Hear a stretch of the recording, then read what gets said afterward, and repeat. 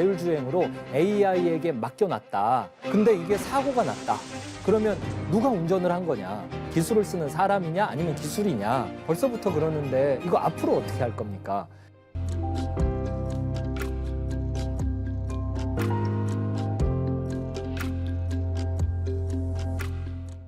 기억나세요? 처음 스마트폰을 손에 쥐었을 때 세상이 바뀔 거라고 누가 알았겠습니까?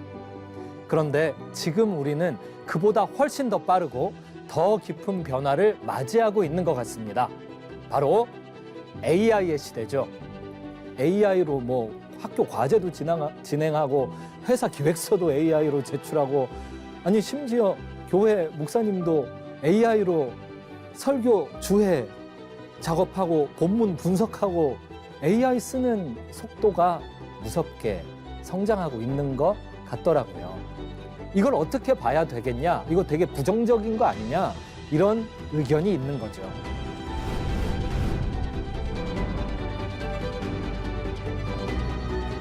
경제학자들은 이렇게 이야기하죠. 시장은 인간의 감정과 심리를 반영하는 거울과 같다라고요. 그래서 시장을 한번 들여다봤더니 올 한 해만 들어서도요.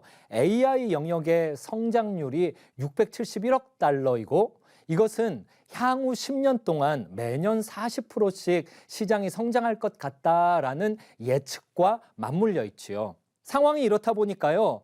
많은 사람들이 AI에 대해서 이게 기회다라고 생각하는 동시에 염려하는 부분도 함께 맞물려 있는 것 같습니다. 예를 들어서 어떤 사람이 운전을 할 때 자율주행으로 AI에게 맡겨놨다. 근데 이게 사고가 났다. 그러면 누가 운전을 한 거냐? 기술을 쓰는 사람이냐 아니면 기술이냐? 벌써부터 그러는데 이거 앞으로 어떻게 할 겁니까? 이런 윤리적인 문제에 대한 염려가 있는 것 같더라고요. 또 하나의 일반적인 염려는요. 기존의 노동시장이 기술로 대체되는 문제가 탄생되지 않을까. 기술과 함께 있는 사람은 더 부자 되고 기술에서 탈락된 사람은 더 가난해지기를 이 격차가 갑자기 벌어지는 일이 생기지 않을까. 이런 염려가 있는 거죠. 반면에 AI의 발전을 보면서요. 이전에 없었던 기술의 도입과 발전 가운데 인류는 더 앞으로 나아가게 될 것이다. 이것이 기회다. 이렇게 바라보는 사람들도 있지요. AI를 바라보면서 긍정적인, 부정적인 생각이 충돌되고 있는 가운데 실제로 일어나고 있는 일들인데요. 이미 몇 년 전에 독일에서는 AI가 설교하는 것도 있었잖아요. AI가 준 설교문을 가지고 한 것이라면 설교자가 설교한 걸까요? 아니면 기술이 설교를 한 걸까요? 사역의 주체가 인격이 아닌 비인격체인 기술체 AI가 하는 설교가 되어버리는 거 아니겠습니까? AI의 의존도가 높아지면 높아질수록 내가 신앙생활을 하는 게 아니고 기술이 신앙생활을 하는 거예요. AI는 아직까지는 생성형이잖아요. 그러니까 사용자가 정의하는 거예요. AI와 대화한다라는 거죠. 처음엔 그래요. 내 자아가 확장되는 것 같죠? AI랑 대화를 많이 하면 할수록 생성형 AI잖아요. 나에 대해 학습할 거 아닙니까?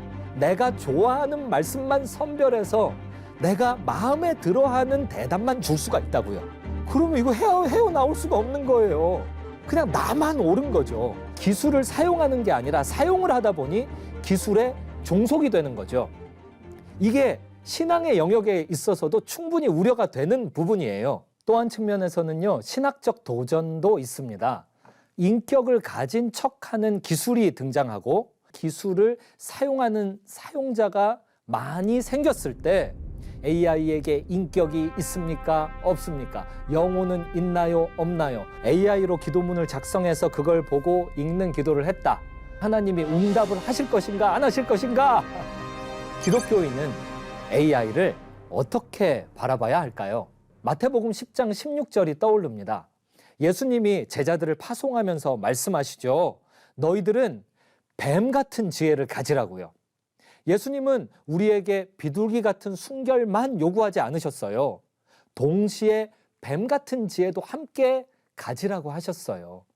지난 코로나 때 어떻게 했어요? 유튜브 틀어놓고 예배 드렸잖아요. 기술 사용자에게 하나님께서 그때 은혜를 주셨었잖아요. AI 기술, 이거 사용자가 결정하는 거예요. 사용자가 선하면 선한 도구가 될 것이고요. 사용자가 악하면 악한 도구가 될 겁니다. 우리가 어떻게 써야 하겠습니까? 우리 마음속에 뭐가 있는지가 중요해요. 근데 기술에 대한 의존도가 계속 반복되면서 높아져 버리면 이게 진짜 뭔지 잘 모르는 경우가 대부분이에요. 이럴 때 뭐가 필요하냐? 교제가 필요한 거예요. 너는 지금 말씀에 의하면 이런 것 같아. 상대방이 얘기를 해주면 알던 이야기라도 새롭게 들리죠. 내 안에 있는 자아가 파악이 안 될 때 제3의 객관의 눈을 세워서 나를 새롭게 바라보는 거죠. 단 그 안에서 우리가 안심하고 안주하면 안 됩니다. 사용자가 예수님을 믿는 믿음을 가지고 성경 원전을 직접 자기의 눈과 자기의 뇌를 써서 읽고 묵상하고 순종하고 기도하며 나아갈 때 그 사용자 때문에 AI 기술은 선용되는 하나님의 도구가 될 것입니다. 우리 AI가 주는 긍정적인 효과에 대해서도 좀 생각해 볼 필요가 있을 것 같아요. AI 때문에 전도와 선교를 혁신시키는 영역이 자꾸만 커지고 있는 것 같아요. 가장 먼저 생각해 볼 수 있는 게 번역이거든요.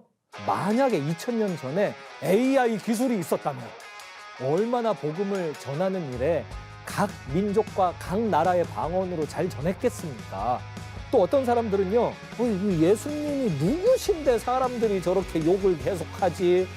궁금해서 유튜브 한번 눌러봤는데 AI가 알고리즘 추천해가지고 예수님 이야기가 계속 나와가지고 흥미를 느껴서 교회에 나와본 청년들이 있어요.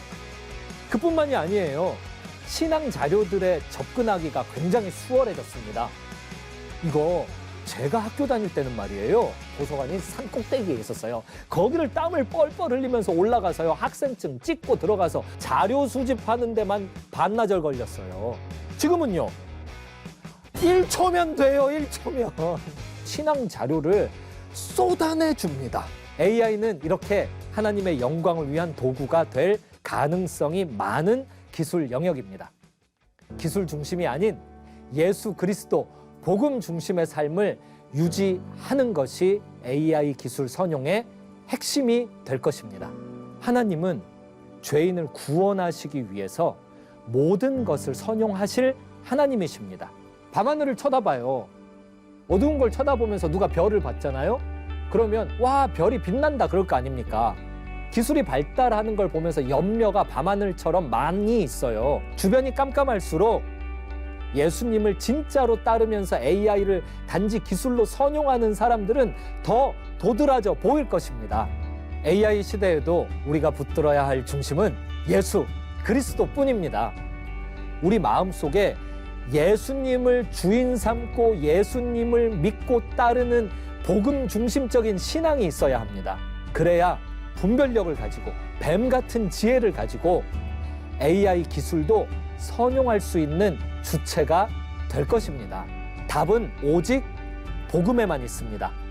이 핵심, 이 중심을 잊지 않고 흔들리지 않고 언제나 예수 그리스도께 마음의 중심을 두며 살아가는 저와 여러분들이 되시기를 소망합니다. 감사합니다.